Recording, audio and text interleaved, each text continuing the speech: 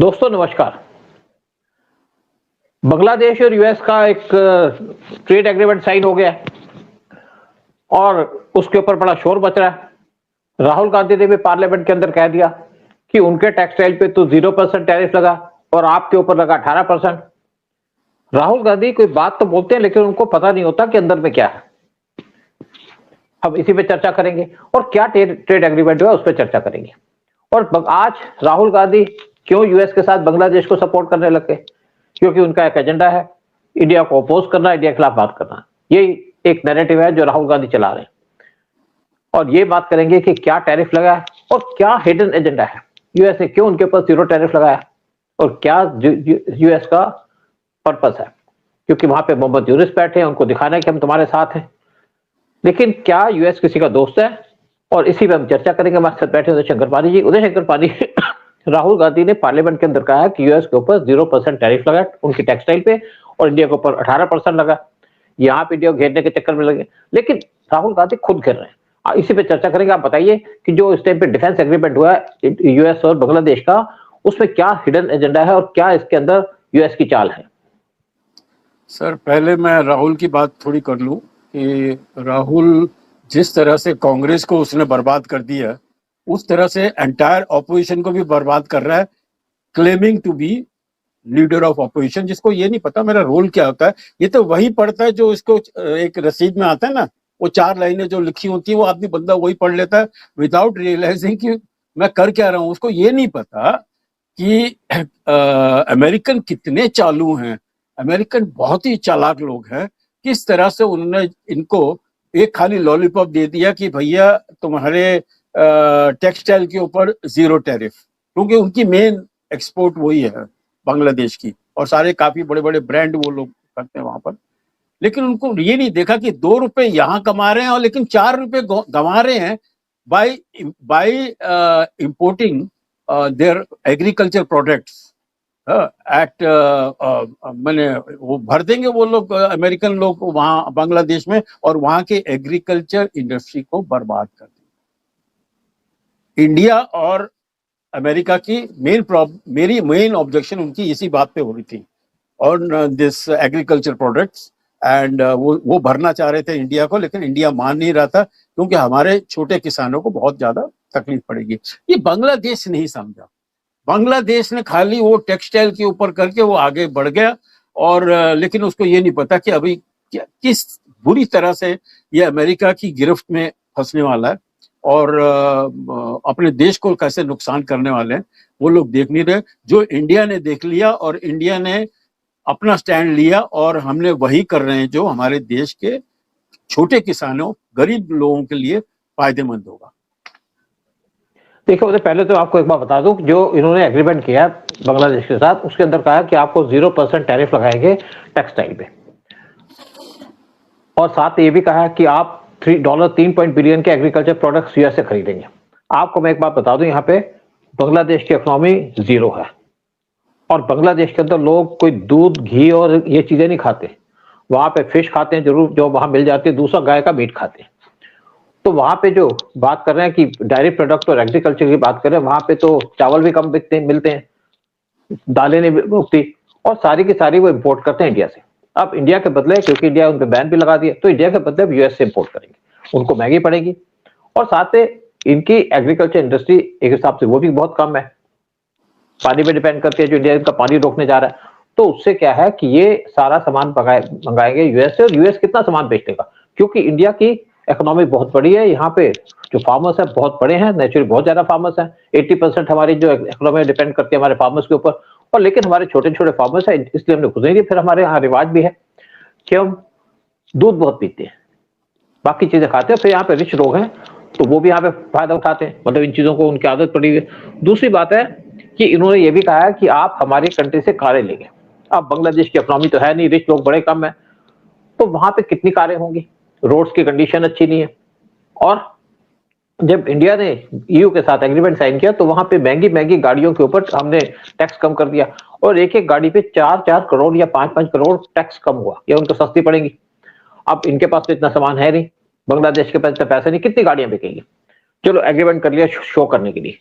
लेकिन जब इंडिया ने जो एग्रीमेंट किया ईयू कंट्री के साथ, तो वहां पे गाड़ियों का भी किया, साथ में इनके साथ एग्रीमेंट किया टेक्सटाइल का, क्योंकि बांग्लादेश को वहां पे जो टेक्सटाइल जाती थी उस पर कोई टैरिफ नहीं लगता था। वो इसलिए कि बांग्लादेश पुअर कंट्री थी, लेकिन अब उन्होंने कह दिया हम टैरिफ लगाएंगे फरवरी से, तो इनका सामान वहां नहीं जाएगा, और इंडिया के ऊपर उन्होंने टैरिफ रिड्यूस कर दिया, खत्म कर दिया। तो अब इंडिया का सामान जाएगा वहां पे, और बांग्लादेश के ऊपर लगे के टैरिफ या जो भी होंगे 15 या 20%, तो हमारा सामान सस्ता जाएगा और वहां पे सारा सामान बिकेगा, और हमारी जो इंडस्ट्री है कॉटन की, टेक्सटाइल की, उसके अंदर हमको $40 बिलियन का फायदा हो सकता है, ये उम्मीद लगाई जा रही है।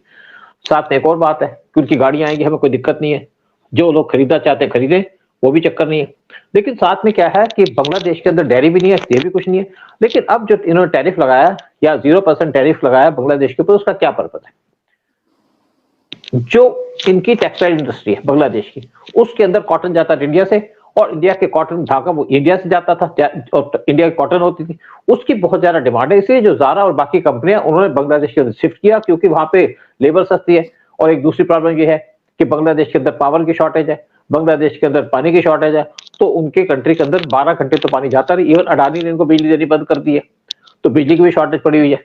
अब क्या है कि आपकी टेक्सटाइल के ऊपर जो धागा आएगा, जिस टाइप का भी धागा आएगा, वो आएगा यूएस से, उसकी वहां पे डिमांड नहीं है वर्ल्ड के अंदर, क्योंकि वर्ल्ड इस टाइम पे इंडिया की कॉटन देख रहा है, उसी के कॉटन का कपड़ा बिकता है। अब तीसरी बात क्या है, जब इंडिया से धागा नहीं आएगा, यूएस से धागा आएगा, तो वो महंगा पड़ेगा, और इससे क्या है कि इनकी कॉस्ट बढ़ जाएगी। आप नेबर से लेते हैं धागा, उसकी क्वालिटी भी अच्छी है, और उसके बदले अगर आप यूएस से लेंगे तो आपको ट्रांसपोर्टेशन पड़ेगी, वो महंगा पड़ेगा। तो इसके चक्कर में जो भी इनको टैरिफ का छूट दी है, वो टैरिफ नेग्लिजिबल हो जाएगा, यानी कि कॉस्ट कोई कम नहीं पड़ेगी, क्योंकि उनको चाहिए इंडिया का धागा, इंडिया का जो कॉटन है उससे जब चीजें बनती है। अब इन्होंने एक और बात की है, उन्होंने कहा जी आप हमसे एयरक्राफ्ट लेंगे, और इन्होंने पाकिस्तान ने बांग्लादेश ने एक एग्रीमेंट साइन किया था यूएस से, वो कहते हैं हम यहाँ से प्रोक्योर करना चाहते हैं $3.5 बिलियन के प्लेन्स। लेकिन अब उन्होंने कहा जी आप हमारे से ज्यादा प्लेन लो, यानी कि 15 बिलियन के आप हमसे प्लेन लोगे। अब बांग्लादेश की औकात नहीं कि आपसे इतने ज्यादा प्लेन बाई कर सको उनसे, तो इसे यहाँ भी चक्कर चल रहा है।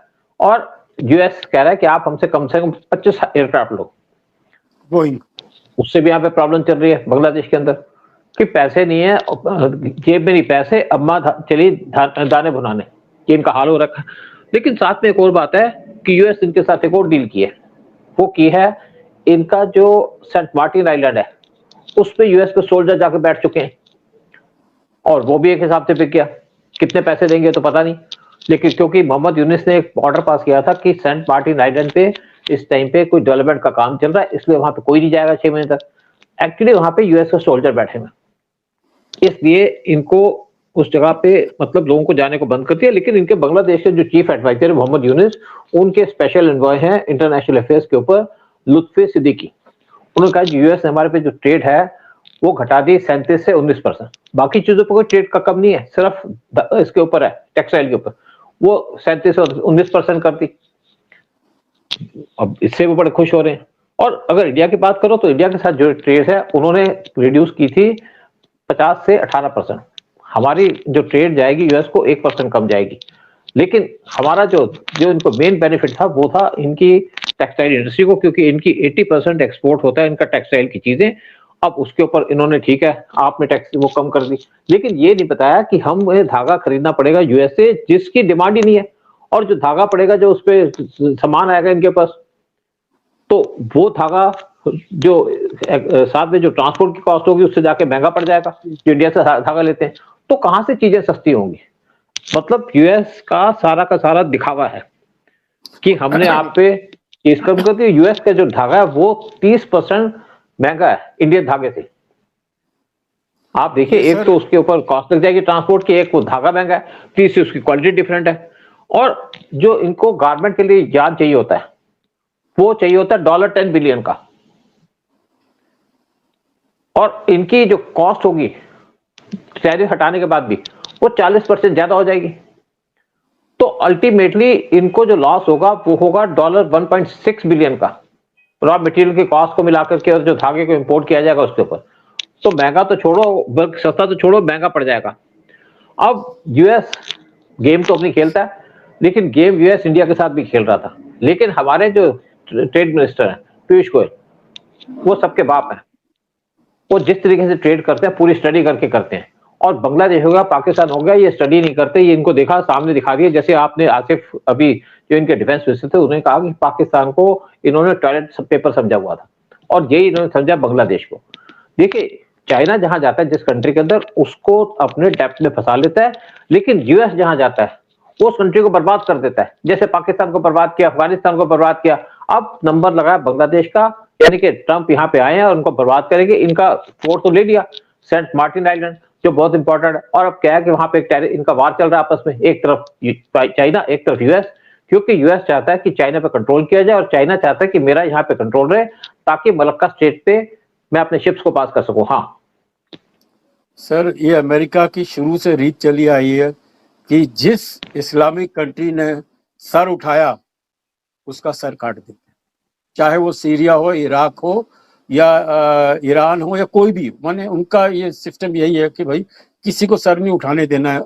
वो कर रहे हैं या इजरायली लॉबी कर रही है, so whatever they are doing. Sir, इनका मेन यही है कि इन्होंने गाजर दिखाया, गाजर की तरफ ये भूखे जो बांग्लादेशी हैं उनकी नजर वहां गई, लेकिन उनको ये नहीं पता कि पीछे से अमेरिका इनकी सारी जेबें खाली कर देगा टैक्टफुली। ये लोग बिजनेसमैन नहीं है सर। हमारे तो मारवाड़ी, हमारे जो ट्रेड कमेटी जाती है उसमें सारे मारवाड़ी और गुजराती भरे रहते हैं, जिनका तो धंधा ही यही है पैसों के बारे में सोचना और पैसे बनाना। तो basically we have very safe people with us who मैंने they look after India's interest, and उनको यही होता है कि भाई किस तरह से चार पैसे हमारे फायदे में आए तो तभी हम लोग धंधा करेंगे। तो इसलिए वो तो झुकते नहीं है, मैंने झुकने वाला चाहिए, झुकाने वाला चाहिए। तो वो अभी ये झुकने वाले हैं बांग्लादेशी, और झुका रहा है अमेरिका। तो it is their funeral sir, तो लेट देम। देखिए, आप उधर एक और बात आती है ना, आप, हाँ देखिए आपने बिल्कुल ठीक है, एक और बात आती है ना, आपकी लॉयल्टी कहाँ है? अगर मोहम्मद यूनिस वहां पे इंटीरियम मिनिस्टर बने, यहाँ पे इंटीरियम प्राइम मिनिस्टर बने, या जो भी इंटीरियम लीडर बने, तो आप एजेंट है पहली कंट्री के। हाँ बिल्कुल, आप एक कंट्री के एजेंट है, तो आप अपने देश का भला क्या सोचेंगे? आपको तो जो कहेगा वहां कर देंगे। आपने अपनी कंट्री के अंदर रूल करके वहां पे हिंदुओं को मैसेकर करना शुरू कर दिया, आप क्या भला करेंगे अपने देश का? तो इंडिया वॉच कर रहा है, इंडिया देख रहा है, आप जो भी एग्रीमेंट कर लीजिएगा, इंडिया हंसेगा आपके ऊपर, और देश हंसे, पूरा वर्ल्ड हंसेगा आपके ऊपर कि क्या आपने एग्रीमेंट किया। ट्रम्प, और या आप वेस्टर्न कंट्रीज लगा लीजिए, चाहे आप चाइना को लगा लीजिए, ये कहीं से भी ट्रेड करते हैं, एग्रीमेंट करते हैं, वहां से लूट करते हैं। जब पहले टाइम में आप बात करिए, जब यहाँ पे इन्वेस्टर्स आते थे यूरोप से, वो आते थे यहाँ पे सामान लेने के लिए, चाहे धागा लेने के लिए भी आते थे। जो हमारा धागा है वो आपको जाता था ब्रिटेन के अंदर वहां पे इनकी इंडस्ट्री चलती थी, जहां पे हमारे सूट बनते थे मैनचेस्टर के अंदर, जहां पे महात्मा गांधी के। तो हमारे धागे की पहले से डिमांड है। आज हमारे धागे की वजह से बांग्लादेश की ट्रेड चल रही थी टेक्सटाइल के अंदर, लेकिन अब इन्होंने धागा लेना शुरू कर दिया यूएसए, तो इनका सामान क्या बिकेगा? मुझे नहीं लगता। लेकिन दूसरी तरफ इससे पहले पाकिस्तान की जो टेक्सटाइल इंडस्ट्री थी बहुत ज्यादा फेमस थी, लेकिन पाकिस्तान की गवर्नमेंट ने जैसे उसको बर्बाद किया, वहां पे पानी की शॉर्टेज हो गई, वहां पे बिजली की शॉर्टेज हो गई, इकोनॉमी डूब गई, तो उनका सामान बिकना कम हो गया। और साथ में इंडिया ने उस टाइम पे प्रमोट किया था बांग्लादेश को, उनकी टेक्सटाइल इंडस्ट्री को, जिसकी वजह से हमने धागा भी दिया, उनको बिजली दी, पानी दिया, और उनका सामान फॉरेन में बिकना शुरू हो गया, सस्ता बिकना शुरू हो गया, जिसकी वजह से पाकिस्तान की टेक्सटाइल इंडस्ट्री बर्बाद हो गई। अब चाहे बांग्लादेश को यूएस सपोर्ट करे चाहे कोई करे, आज बांग्लादेश की टेक्सटाइल इंडस्ट्री बर्बाद होगी, क्योंकि आज हमारी इंडस्ट्री पिकअप कर रही है, स्पेशली यूरोप के अंदर। और जो ट्रंप का जो एग्रीमेंट हुआ है 0% टैरिफ का, उसका असर कोई नहीं होगा, एक सिर्फ दिखावा है, अंदर से कुछ हो रहा है। लेकिन तीसरी बात कहूंगा कि जो राहुल गांधी अपना इस टाइम पे पार्लियामेंट के अंदर बात की उन्होंने कि उनका 0% टैरिफ है, आपका 18% है। राहुल जी, पहले स्टडी किया करिए, फिर आया करिए। आपको या तो आपका एजेंडा है कि देश को आपने अपोज करना है, उस पर करिए, लेकिन मोदी गवर्नमेंट होशियार है, आपकी तरह गधे नहीं है, बेवकूफ नहीं है। राइट सर, बिल्कुल एब्सोल्युटली। और बांग्लादेश को अपने कर्मों का फल मिल रहा है, वो मिलेगा, और वो देखना। लेकिन वो अगर आगे आएगा ना भीख मांगने इंडिया के साथ, India should not oblige them, क्योंकि ये नमक हराम है सर, बेवफा लोग हैं, इनको कोई इनको कोई भी ग्रेटफुलनेस है ही नहीं, इनके डीएनए में है ही नहीं। बिल्कुल ठीक बात है। That is the way they have been brought up, and that is what their philosophy and psychology.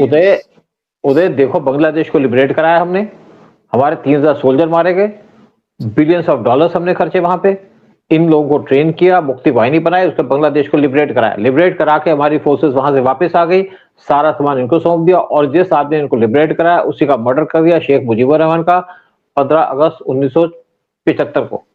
और 15 अगस्त का वो दिन है जब हमारे जो रॉ के चीफ थे वो आराम किया करते थे, 26 जनवरी को। और उसके बाद जब शेख हसीना आई पावर में और उन्होंने दोबारा से बांग्लादेश को अपने पैरों पे खड़ा किया, उसी को अपने देश से निकाल दिया, उसका मर्डर करने की प्लान की। ये जिहादी लोग किसी के सगे नहीं है, और आज बांग्लादेश घबरा रहा है, परेशान हो रहा है, ना तो इसको पानी मिलेगा, बिजली अडानी ने खींच लिया, पानी का जो एग्रीमेंट होगा वो इंडिया ने कह दिया कि हम इसको रिव्यू नहीं करेंगे जब तक आप हिंदुओं की सेफ्टी की गारंटी दोगे, तो वो भी नहीं होगा।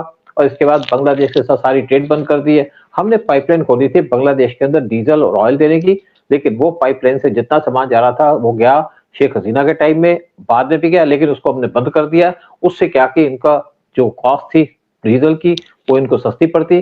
साथ में इंडिया ने जितना भी इनका सामान आता था अपने हमारे पोर्ट से जाना था या हमारे बॉर्डर से क्रॉस होकर के नेपाल भूटान में जाता था, उसको बंद कर दिया ताकि इनका सामान ना बिके। अब इंडिया ये कर रहा है कि ना तो इनको बिजली देगा, ना पानी देगा, ना इनको देगा आटा, ना देगा चावल, ना देगा दाल, ताकि बांग्लादेश भूखा मरे, बर्बाद हो। ये इनका फ्यूचर है, ये इनके नसीब के अंदर लिखा हुआ है, इसी की इनकी पॉलिसी है, इनकी पॉलिसी की वजह से, इनकी प्रोग्राम की वजह से। सर, आज बांग्लादेश में इलेक्शन हो रहा है और इलेक्शन मैंने सुना कि पूरी हवा जो अमेरिका ने दूसरा एजेंट तैयार किया है, वो जो जिया जो पहले जो प्रेसिडेंट बीएनपी, हाँ, वो 2 साल के लिए, वो उसका बेटा अभी पहले इनको प्लांट किया, ये जो प्रेजेंट अपने केयर टेकर प्राइम मिनिस्टर को, अभी दूसरा भी वो भी अमेरिकन एजेंट ही है। तो इनका सुधार सर ये निकलने वाले नहीं है, ये बर्बाद होने वाले हैं। And all credit actually goes to America. मैं बता रहा हूँ, अमेरिका ने जो इनको बुद्धू बना रहा है एक तरह से, और इनको भुगतने दीजिए सर, ये लोग तो इसी काबिल है, काबिल है। अब ये बिल्कुल ये प्रोग्राम खत्म करते हैं, आपसे रिक्वेस्ट करते हैं चैनल को सब्सक्राइब कीजिएगा, वीडियो को शेयर कीजिएगा। जय हिंद, जय भारत। जय हिंद, जय भारत, वंदे मातरम।